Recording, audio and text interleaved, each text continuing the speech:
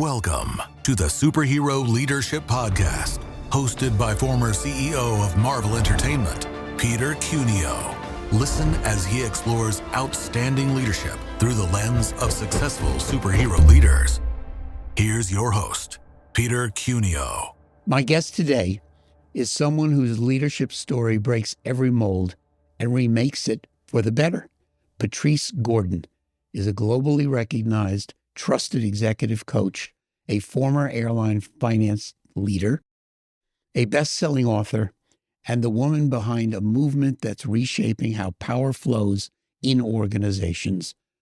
The movement is reverse mentoring. With career stops at British Airways, the Royal Mail, and Virgin Atlantic, where she served as director of commercial strategy, Patrice now leads her own company, M&Air, helping organizations embed inclusive leadership at every level. She's given a TED Talk and appeared on CBS Mornings. But today, she's here with us. Well, welcome, Patrice, very much. We're very happy to have you here on Superhero Leadership. You are a first in many ways. First, you are the youngest of all of our interviews, so you must be very special. I think another thing that makes you different from the rest of our interviews in a very positive way is that you are a proponent of something that many of us have not heard about, called reverse mentorship. So, of course, I, as the old guy in the room, are familiar with mentors and mentorship. And I've been very blessed in my career to have 4 or 5 great people come along at different times to help me through, if you will, and support me and suggest things to me and goals for me that I didn't even consider for myself. In many cases, those goals I thought were beyond me, actually. Yeah. I'm not a person lacking confidence, but these were just very big leaps. Yeah. And because of the people saying, you got to try this, I did, and they all worked out. Wow. So in a way, I didn't know, I guess you might say, how good I was, at least for certain things. And so mentorship's been very important to me, and I've tried to do that as well for others. Reverse mentorship is a new concept for me. I'm a little embarrassed because, frankly, it makes a lot of sense for me now that I'm learning. We usually start, though, asking our guests about growing up. One of the things that we've noticed about good leaders, effective leaders, is some very interesting things about their young life. Yeah. What was growing up like for Patrice? Of course. And first of all, I'm so glad you're here in person. I'm glad you're here in London. I'm glad the weather's held out for you. And I'm just delighted that you're so curious about this, because that's, for me, where it all really starts from, with curiosity. Younger Patrice, I was born in Jamaica. I moved to the UK when I was 3. I pretty much grew up with my mother. And the most important thing for me that I can say is I grew up with a lot of love from my family and specifically from my mother. So I'm the first to go to university and the first to be an accountant. And I didn't have anyone in our family circle that had these professions or had a profession point blank. So my mum is an EA. She always has been, a very good one. My dad was an engineer from Jamaica, a mechanic, and he came over and now he's a social worker. But for me, I didn't know what was possible until I really started to study. And when I studied, you need to know this about, I'm a Libra. I love structure and I love flow. I love having things in order, but I also love the creativity side. So for me, accounting provided structure. It provided the knowledge that I knew where I was going to move on to in my career. And for me, then it came down to the people. So I chose finance because I was very good at it and I like things that I'm good at. I have a very high need for achievement. So I follow the McLennan needs, and I have a high need for achievement. And that wasn't because I was kind of reprimanded in any way when I didn't achieve, but for me, the personal fact that I can set a goal and I can achieve it, numbers talk to me in that way. And as I started to study more, I realized the more you study, the better your grades get and the more praise that you get, I guess. But for me, it was what career is going to help me to achieve my best self. And finance provides that structure, and I knew I could move on from that. When we get to later in my career, I chose PwC. So I studied there, passed all my exams first time, But then I was doing audit. And so for those of you who know what audit is, it's not necessarily the most interesting part of finance, not necessarily matched with my bubbly personality. But for me, I knew that sometimes you need to do like the rough things. You need to do the things that perhaps you don't enjoy so much so that you can be more credible in your approach and people can take you a little bit more seriously, in my viewpoint and opinion. And what I did from there is I joined an organization called British Airways, and I joined in the group reporting department in finance and looking at revenue specifically. So I did the hard stuff with audit, and then I moved into an industry that I really enjoyed. And I think in whatever we do, if we have a craft that we've honed and we can do it in a company that we really enjoy, that for me is the secret sauce. That's the key. And then I went on to Royal Mail to become finance director there. So that was a big promotion for me. And for me, I like to throw myself, I like to jump. And I like to see what I can achieve. And I did 5 roles in 6 years at British Airways. I was Patrice will fix it. I moved from group reporting. I helped to set up IAG. So I was part of the group that merged Iberia and British Airways. I then moved into the marketing team for finance and led the marketing team when we did the 2012 Olympics. And then I did a little stint in New York, coming back to lead the Middle East, Asia and Pacific finance team. So lots of different teams that needed kind of hands holding, but also structure. And then my thing is I like to come in, set up the structure, leave them for success. So legacy is important to me, and then move on to something else. And I think that's how I built such a good career, to be able to move on so quickly and then join in Royal Mail and move into be a finance director. Well, I want to go back to when you were young for a second. Okay. You were moved into what I call an alien environment, meaning it was new. It was different. Yep. Not necessarily negative, although there may be some negatives as well. But your parents took that leap, that risk for various reasons. And I'm sure that was obvious to you. But what was it that said to you, I can do this. I can get ahead. I can accomplish all of these things? Because unfortunately, there are many other people who move around, whether it's between countries or even within a country, move to a different environment completely, and they don't do well. What was it about you or your parents? How did they navigate that? Instill in you, no, I can go do this? Were they whispering in your ear every day? Patrice, you can be whatever you want. You know what was really interesting is I have a mother who is just so filled with so much love that she was like, you can do whatever you want as long as you're happy. So it wasn't, I think you should be X, Y, and Z. I think you should be this profession. It was do what makes you happy. And for me, stability made me happy. So, you know, growing up, it was stable, but it could have been more stable. And I kind of looked at other people around me. I went to an all-girls Catholic school in the suburbs. So there you were kind of exposed to different ways of living, right? And different things that could be possible. And for me, the education was the unlock, was the key, because I could see that other students who were quite intelligent were getting lots more attention, and they were talking about things I had no idea about, or I couldn't see a path for myself. But I did know that if I applied myself, I would get more attention from the teachers, and then more opportunities would open up for me. My first experience of leadership was when I was 17, and I was actually a weekend supervisor in a department store in Croydon. And for me, that also showed me like hard work equals results. So along the way, since probably 12, where I have been able to dedicate myself and work really hard, I could see the outcome. And I think with my high need for achievement, that's kind of the training that I've done. And still to this day, it's like hard work equals you get things done. So because I've been able to see that through myself, that's what keeps me motivated. You know, it's funny you talk about your mother, because my mother was exactly the same way. She would tell me every day, you could do anything you want. And while I realized the world is what it is, I couldn't do everything necessarily well. It gets to you emotionally after a while when you're getting that encouragement every day, particularly from my mother in particular. She was a very optimistic woman. And I was the oldest of 4. Okay. And she was an EMT, an emergency medical technician, and the ambulance person. in the United States, and she loved helping people, and she was very positive about everything. Yeah. To the point where sometimes I pull my hair out. She was so positive. But I know what you're talking about when you talk about that. I'll be back in a moment with more of Superhero Leadership.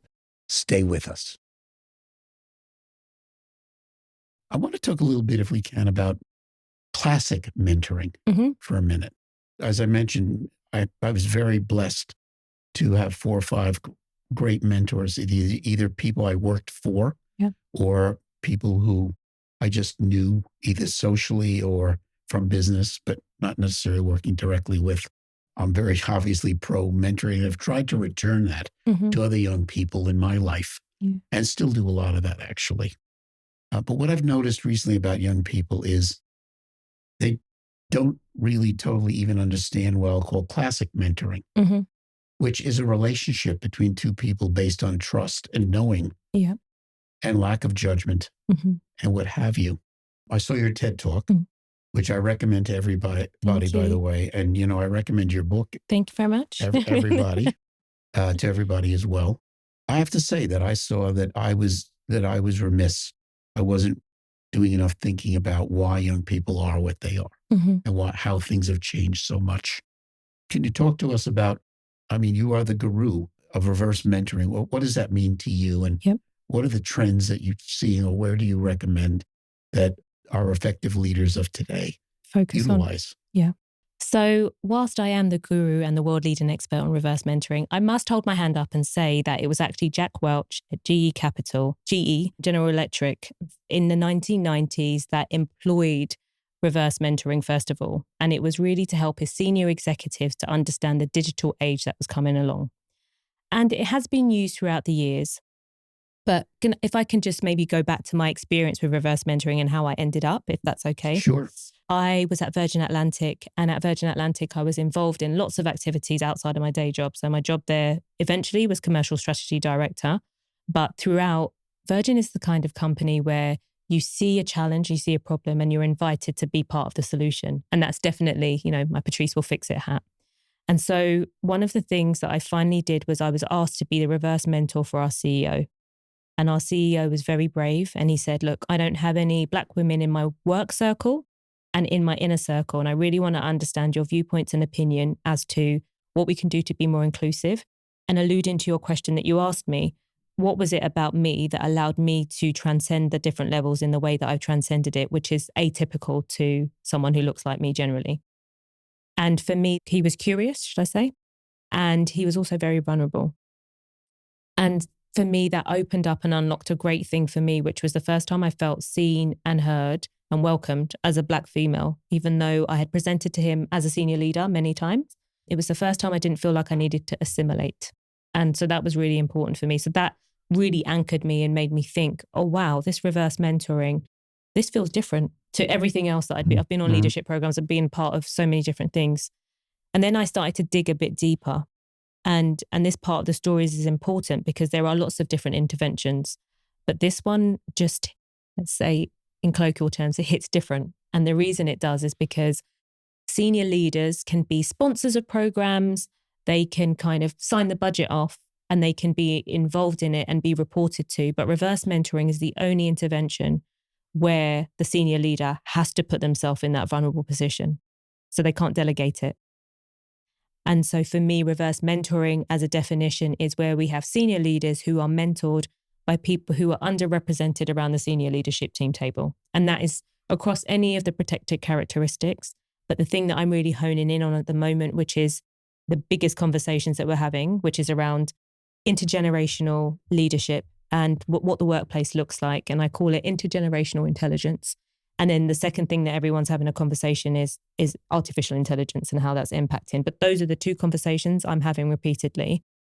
And reverse mentoring allows senior leaders to step out of their usual comfort zone and really tap into the fact that we have actually 5 generations in the workforce and 6 if you use generation AI. And therefore, it's important to understand how do we amalgamate, how do we generate value from all of these different generations. And it is through intergenerational intelligence, but we can't do that if we lead the way that we've always led. very long-winded answer. But I think the context is really important when it comes to Sure. breaking out the definition. One of the questions I would have in thinking about this is just, you obviously need the younger generations to open up, in this case, for this to be effective. Mm-hmm. Of course, they have to trust that you're a good listener Mm-hmm. and want the information. Absolutely. But I suspect it's still hard with some people to get them to open up.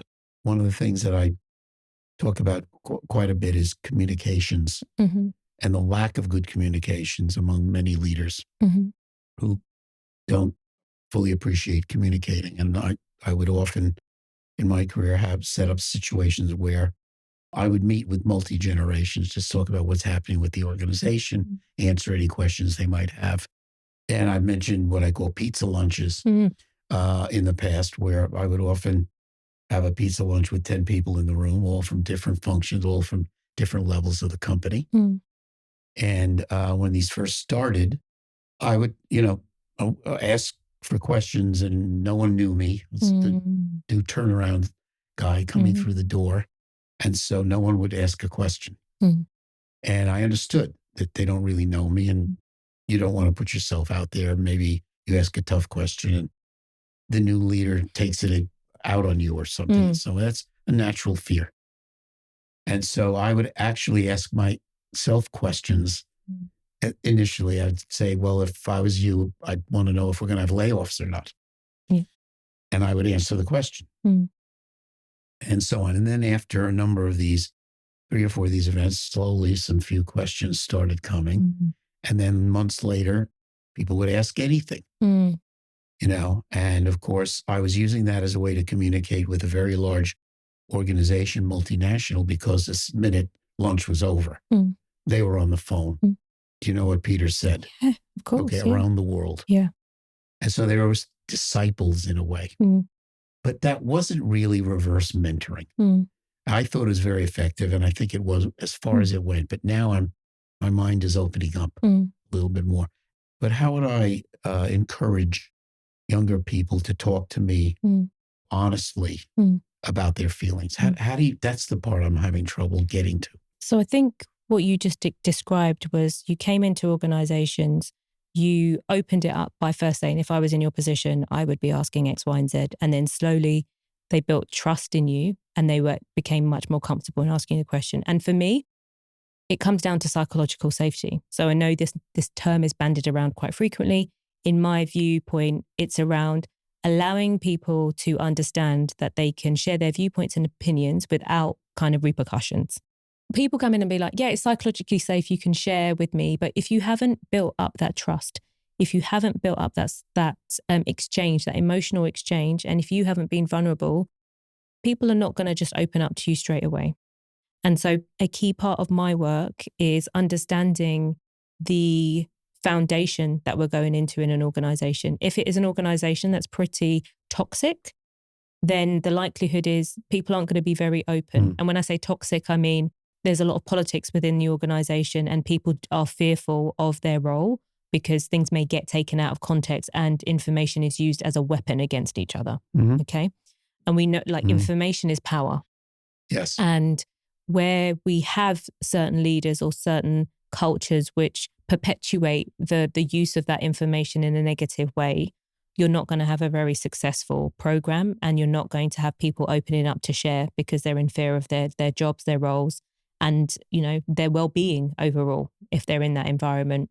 So the work that I do really starts off with the people. It looks at the engagement surveys if we have those. It looks at the temperature of the organization to see where is there a challenge and where could reverse mentoring provide the best solution. And we can look at it by leaders. So, there's some great surveys where you can cut it in so many different ways. We can cut it by demographics. We can cut it by tenure in terms of how long people have been in the organization, but really being clear about what is the challenge that you're trying to solve. So if we're looking at intergenerational intelligence, for example, it could be that there's a really high attrition rate.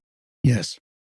So we're hiring people, that's great. We're getting them through the door. We've got diversity in applications and new people starting. But then there's a problem within 6 months to a year, we're having a really big drop off with individuals joining our organization of a certain age. and we haven't got the intelligence behind why that is. Right. Or there might be murmurings, but there's not necessarily a clear answer. And so in a lot of organizations, I get brought in to look at that piece, and we use reverse mentoring to understand almost the depth of some of the challenges. Because what we have is surveys, we have exit surveys, we've got a rumor mill. But you, chairman, you won't really know that, because by the time you get to the report, it's so sanitized that you don't actually understand the truth that's behind it. Yep. And something that's so simple for you to be able to instruct or fix, you won't even understand the root of it because you won't have the truth. So by you having a reverse mentoring relationship with, say, a group of individuals. So I do mentoring one-to-one and also in circles. So reverse mentor in circles or mentor in circles, where people might not feel as safe one-on-one, but actually as a collective, they can also drive the solutions as well. So you can bring them on board. You can have that conversation. You can say, this is generally what I'm feeling. Tell me, give me that context, so you can bounce around and they can feel like they're also not alone. Okay. A lot of the trends, you asked me about the trends and what people are seeing. So we're seeing like a very high attrition rate amongst new joiners coming into organizations. Okay. They are not sticking around to waiting for it to get better. They speak very frequently. We've got things like Glassdoor, we've got LinkedIn, we've got lots of different ways that people can temperature check an organization. And if it's not living up to their expectations, they are very vocal, and then they will move on. Yeah. Because if they do not hear or have any signs of anything moving, they don't necessarily have the patience that I had, for examples, to work through things. And I think this is where organizations have to be true to their word. So if they want to have a multi-generation workforce that they can see and they want to drive value from, they have to listen to each of the generations within the workforce. We'll continue our conversation with Patrice Gordon right after this short break. Patrice, you want to talk a minute or two about your book? I would love to talk about my book. So this book was born in the pandemic, where I had lots of time on my hands because the planes weren't flying. And I did lots of research, firsthand and desktop, around what were the key proponents that made reverse mentoring programs work or not. So if you Google reverse mentoring, you'll see lots of programs starting up, but not necessarily the outcomes. And I've got a bias for action and a bias for outcomes, finance and commercial. It's not just the talk. It's like, what do you do? And then so what? And so within this book, you've got some context setting, but most importantly, you've got the different steps that you need to take to make sure that you can run a successful reverse mentoring program. My intention with it was that after reviewing all of the evidence, it was very clear that there was some very avoidable failures from some of these programs. And so after reading this book, after watching the TED Talk, there is no reason why organizations should implement a reverse mentoring program that's not psychologically safe and that doesn't have the parameters around it to set it up for success. And for me, I think that is key. So don't just start it on the side of your desk and feel like you can, push it through with, no, you need to be very intentional about it. And two things that are important to me, which is the psychological safety of the mentors, and this is the underrepresented individuals. And the second thing is around, that organizational engagement. We don't want to do it any more damage. So it's important that you set it up correctly from the start. And so we've got some great stories in there, which are obviously anonymized. But the key is to read this to give yourself some context before you embark on a reverse mentoring program, because you are asking for discretionary effort from both your mentors and your mentees. And you want to make sure that you're setting up for success. Before we started the show, you mentioned that you had found a couple of things in our 32 essentials of leadership. For our audience, if you're not familiar, we do have what we call the 32 essentials for superhero leadership. And this is a list of, call it, behaviors, attitudes, influences, disciplines, and so on that I think are important for leaders to do turnarounds. I've managed to get 7 turnarounds done in my career, and every turnaround I learned something new. And this is a list I made up of what I thought I learned. And some of them relate to what we're talking about. Not exactly on point, but they're around the periphery. Do you want to mention a couple of those? I've went through them and I was like, okay, how can these be applicable? So it's number 6, which is don't be imperialist or self-important, be accessible.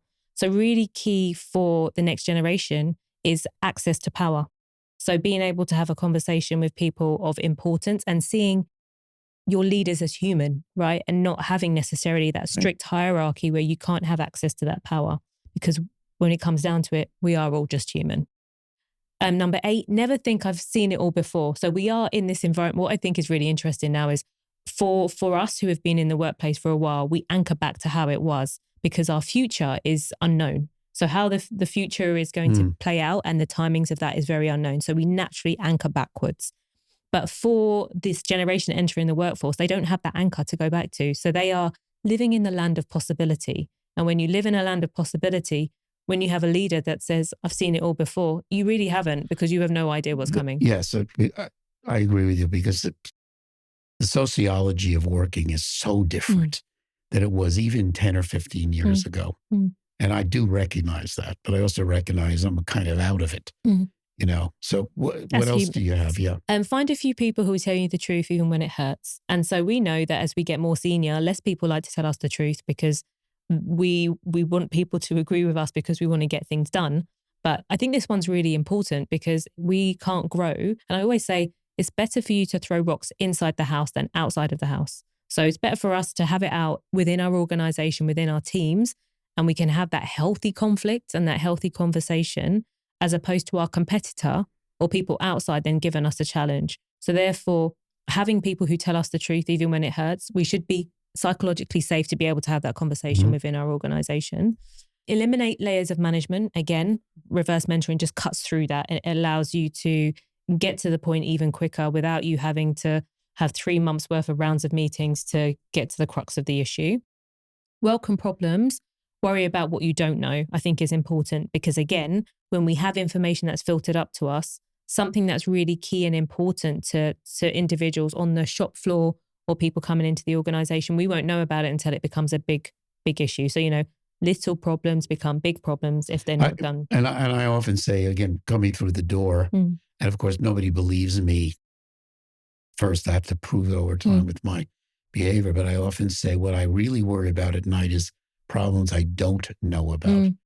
Because I think we can solve 95% of the problems if I know about them. Absolutely. So I would say to the the organization, bring me your problems. Now, many people are thinking that sounds nice, but do I dare? And of course, if you got a problem every week, that's a whole different issue. Okay. After a couple of people have the courage to do that and it works out and they see, I was not blaming them for having problems that, everyone has problems. Yeah. And so it becomes much easier then. It becomes part of the culture of the company. But it takes time. Absolutely. Because leaders have to prove they're not just BSing. With the only way they can prove it is with their own actions. Absolutely. And I think just following on from, I've got one more, but following on from what you said, coming with problems and individuals and our employees really looking at it from a customer lens is the important. So customer and employee. So if your employees aren't happy because of something internal, which could make their well-being better because of an organizational structure piece, that like a policy or something that you could change, I think that is important. Where I see it really work well is where employees feel empowered to bring they said, this is a customer problem. And the reason it's a customer problem is X, Y, and Z. If we continue to ignore this, this is going to become a bigger problem. And I can see it coming. And the frustration I have, I feel from lots of people who are really working close with the customers. They have the customer frustration on a day-to-day. Those of us who are sat in the office from senior levels don't necessarily see and get that customer frustration, but we have the power to change it. And so our employees coming to us with those problems and saying like, this is how the policy or this is how it's manifesting. This is the change that we can make to make it less of a problem and a challenge for our customers. I think that's the unique part, because actually that's what you want to hear as a leader. You want to hear what your customer pain points are. Because when we're looking at investments, when we're looking at, prioritization and our risks, those are the things that we need to loop in. And sometimes we miss that when it's filtered so much. And the last one, which is number 32, is know when to leave. And I think that is really important when we look at society and when we look at businesses today. The biggest challenge is that succession plan, right? And looking at individuals who stay in roles for longer than they should because they really enjoy it and they're not leaving space for other people. So one of the biggest challenges I hear from the next generation is dead man's shoes, which is like, literally, I'm not going to hang around here because I can't see where my promotion is coming because that person is not moving. And if that person doesn't move, it's a knock-on effect. So those are the ones that I thought really touched on the essence of reverse mentoring and we could use reverse mentoring to help to kind of unlock. The 32 you mentioned, the know when to leave, came from me because I have become addicted to turnaround situations. And typically to turn around a multinational organization takes 3 years because you're dealing with lots of subcultures and you've got to reset the culture broadly in light of local cultures as well, which you want to, keep, of course. And so it takes time to really have it sink in. But once I felt that the organization could move on beautifully if I was run over by a truck tomorrow, the organization was ready for the future. It was time for me to go. And what changed for me with each one was I went into a different industry. So 7 turnarounds and 4, 5 different industries among those turnarounds. And then as a chairman, I've been in more different industries, which I actually enjoy. But that was written at the time for someone at a more senior level, know when to leave. But I see your point completely about someone who's more junior. But you also have the option to try to change things too. You do. Rather than just go out the door. And the feedback I get from a lot of C-suite executives now is most people don't do that. They're walking out the door. My question for you is just, how do you organize? You can do surveys, you can do all these things, but in the end, it sounds like you have to get face-to-face. A large organization with thousands of employees, you're not going to be face-to-face with everyone, but there are ways to communicate still with everyone. How would you tell me? I'm getting free coaching here, by the way, in case the audience doesn't know it. I'm getting thousands of dollars worth of free coaching, but how do you organize actually? How do you provide those experiences, those face-to-face experiences that I think you need for this? I would say we tackle, the challenges. So let's use intergenerational intelligence. What we would do in that situation is we would get the latest recruits, we'd bring them together. So I think in this, when we're talking about this group of individuals, it's probably really much more effective to do it in a group setting. So it might not be one-to-one. If there's something that piques your interest in that conversation, you can have a side conversation with them. But I would say bring them together and say, collectively, this is our challenge. And I'm very aware. I think it's important to acknowledge the past. Where I see things fall over is where we have new leaders come in and they say, right, we're going to do this now. This is my forte. This is my area. And this is how it's going to work going forwards, without acknowledging perhaps what had happened in the past. So it's important to acknowledge and recognize we had this program before. We tried this before. It didn't work. And we've learned from it. And this is what we're going to do differently going forwards.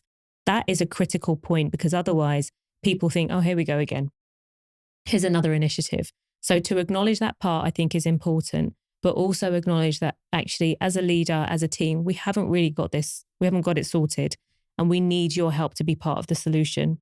Where I've seen organizations really do a great job of this is where they have acknowledged that and they have said, actually, we recognize we want to be the best and we want to be better, but we need your help and support in order to do that. And we're prepared to do that now.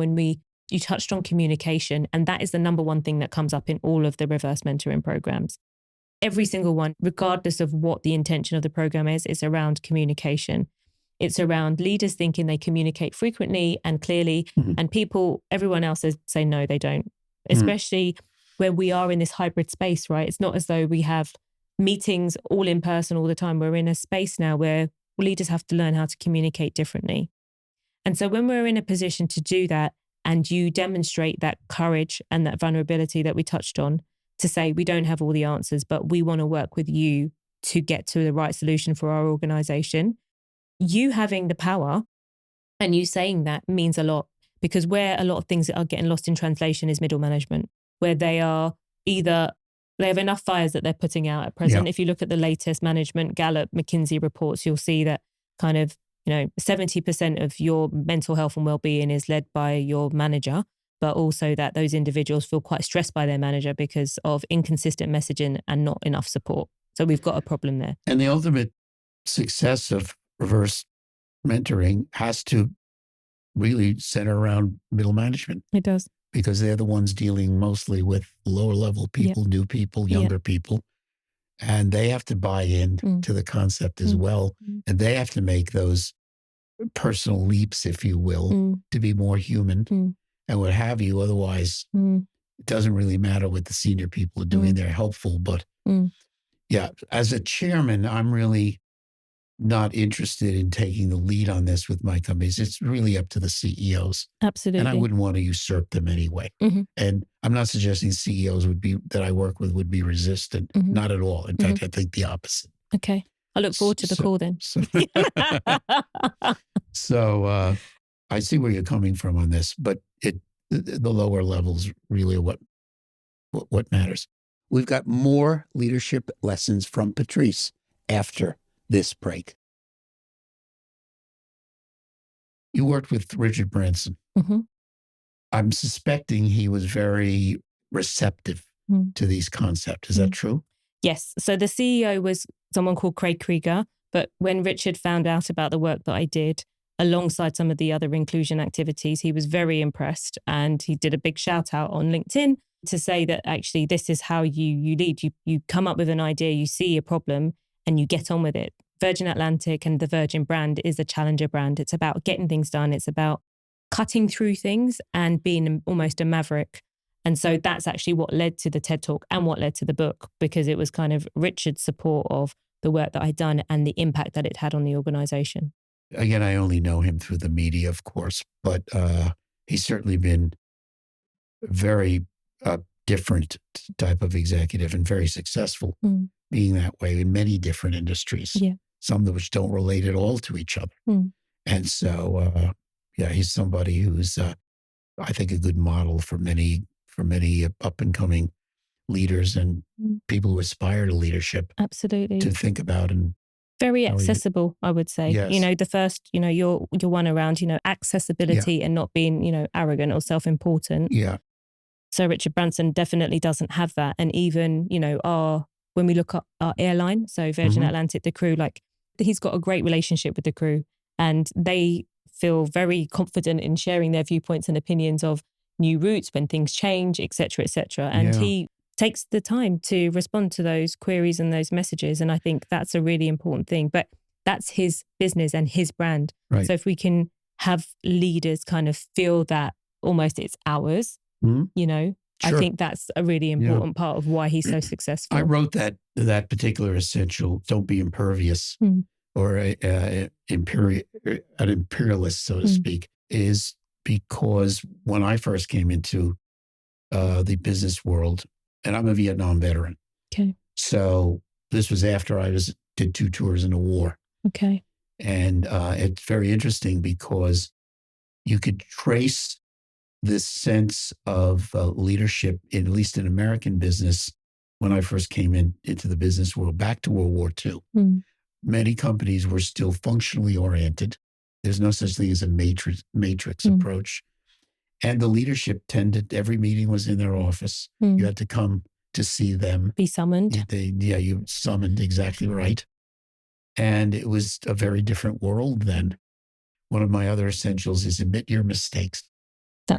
And I learned that in the Navy from a number of officers.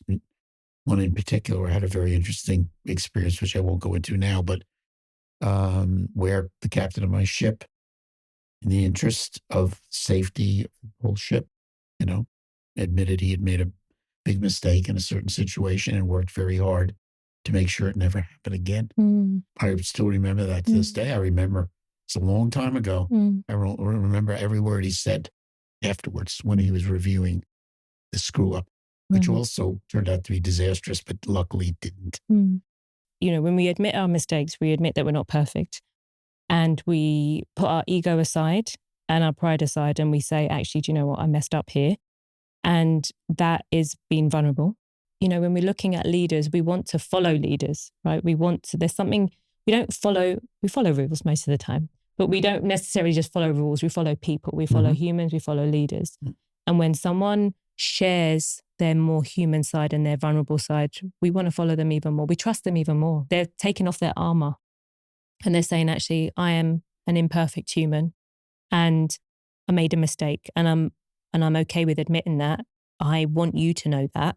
And that gives you permission also that if you make a mistake, that I might be a bit more compassionate with you because I've led by example.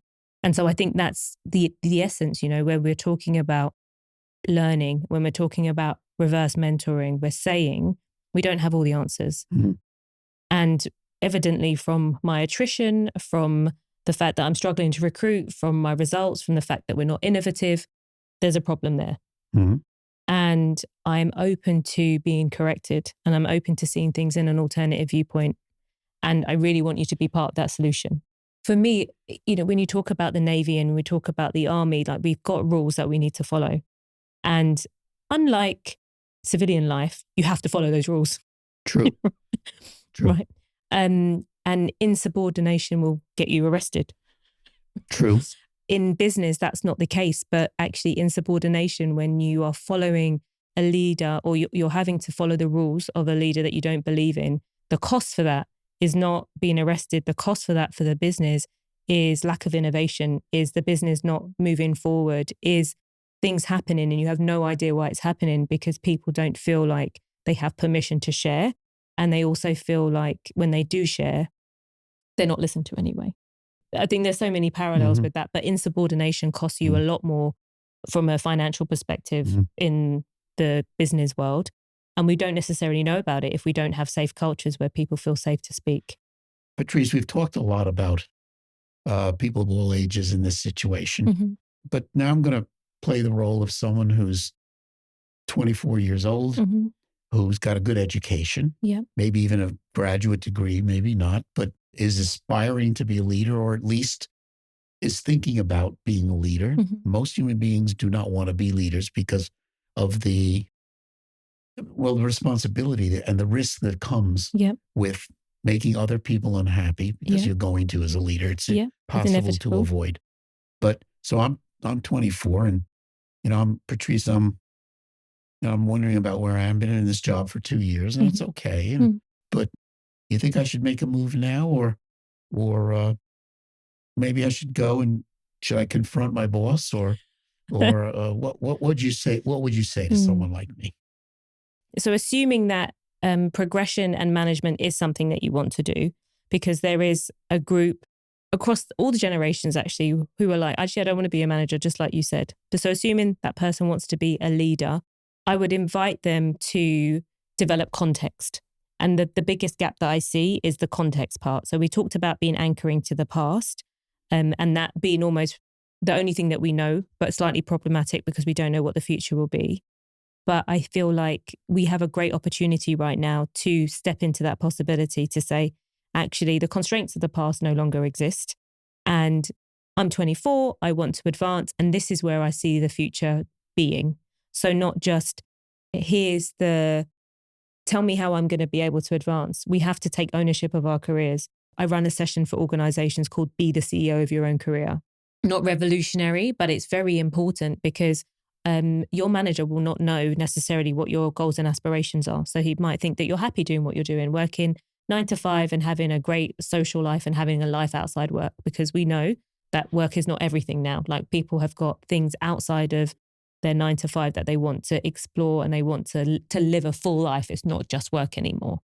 And so you being able to articulate, this is where I have an interest. This is where I think I would like to be in a few years' time. Can I have your guidance and advice in terms of what that would look like? This is what I think it looks like, but I'd like your advice and guidance on that. And I don't think that has changed throughout the number of generations that are. I don't think that advice has changed in regards to what you need to do to own your career to step forward. I think the opportunity that individuals have now is that it doesn't necessarily have to be as linear, it doesn't have to be the way that we did it before. There is a lot of talk and a lot of acceptance now about range. So not just specializing on just one thing, but being more of a generalist and moving across to make sure that you have like different toolkits that you can pull from. And we know that in the advent of Gen AI and what we're going to be faced going forwards, it's those individuals who are able to be a bridge and join the dots that are going to be the most successful, because we can't live in our, you mentioned matrix management before. We can't live in our silos that we previously lived in. That person that's able to say, actually, I've got an experience in finance, I've got some in commercial, a bit of operations. I understand the full picture a little bit more. And that means that I can be a more effective manager. That's what your skill set needs to focus on.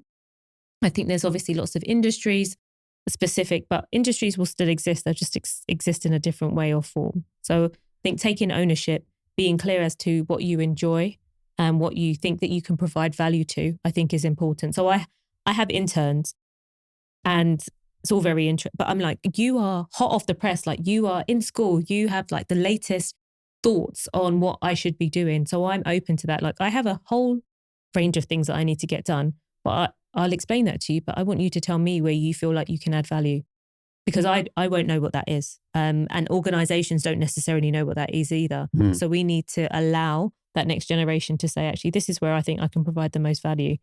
And I've actually got examples of individuals who have proposed something and CEOs have created a role for them and they've driven that value because the CEO was open-minded enough to say, actually, I can see the opportunity and the potential there. But the individual had to provide the context and give them, this is what you're missing out on, So I'm going to play the 24-year-old for a minute and throw you a curve here a little bit.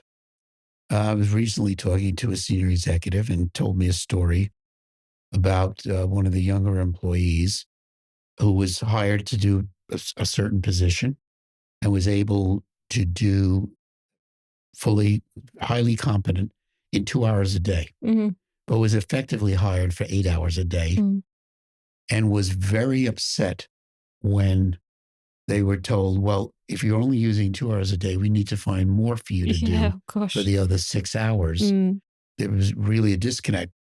The individual thought that they were hired to get a certain context, certain job done. The senior person, it was about you're hired to work 8 hours.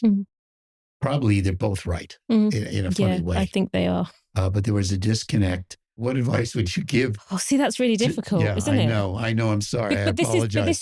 This is the reality of the world that we live in. Yeah. Because I can say when this goes from competence to incompetence, not, if we have a workforce that is not trained for the skills that we need for the future, they become incompetent. So not that you're not worthy, but that you're not fit for future. Then you have someone who's completely competent and is able to, is a bit unfair because they have actually invested in a skill set and worked to hone their craft so well that they can do what that person does in 8 hours in 2 hours. And so I don't think they should be penalized for that. Right. I obviously am saying this from a point of view where that was also me, right? Whereas I took a step back when I joined Virgin Atlantic. I was a finance director. I took a step back to be head of commercial finance. And then I did exactly what I just recommended, which is a lateral move as a generalist into the commercial space. But because I was so experienced, I was able to do my job very effectively.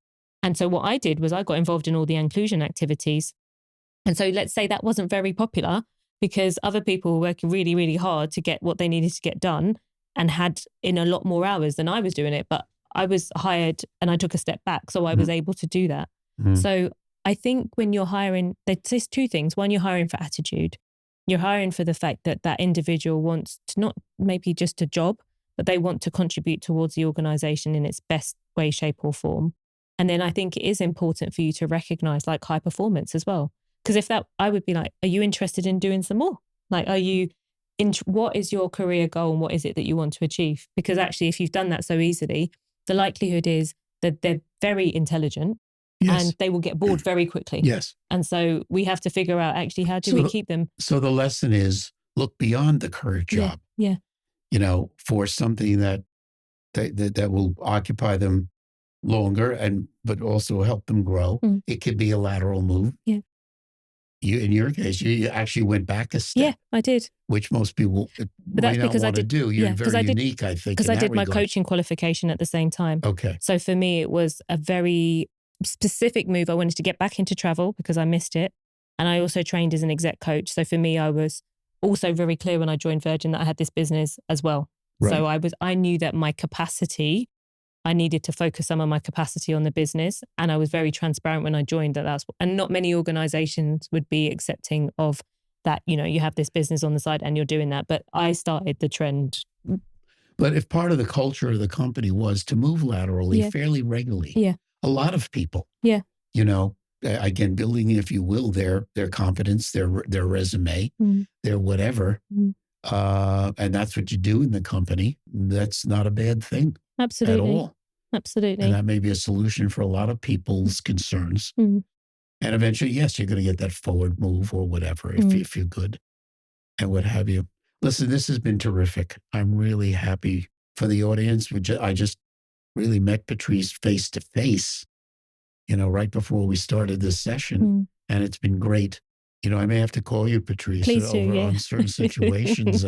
I have a situation with my wife, actually, that might apply to reverse mentoring. Okay, all right. Although she's been practicing that, actually, for on you. a very long time. You remember that thing about find people who will tell you, what you're doing wrong, even when it hurts? Yeah, well, I got that a long time ago, actually, at least. In a safe space, though, right? Yes, absolutely. No one else knew. Well, thank you so much. Thank you for having me. And best of luck. Thank you. Bye-bye. Bye. That's it for this episode of Superhero Leadership. I want to thank Patrice Gordon for sharing her life's journey and invaluable leadership insights with us. If you want to learn more about Patrice's work, I highly recommend her book, Reverse Mentoring, and her TED Talk. Both are transformational. I hope you'll join me again next time. Until then, keep leading like a superhero with purpose, passion, and integrity. I'm Peter Cuneo.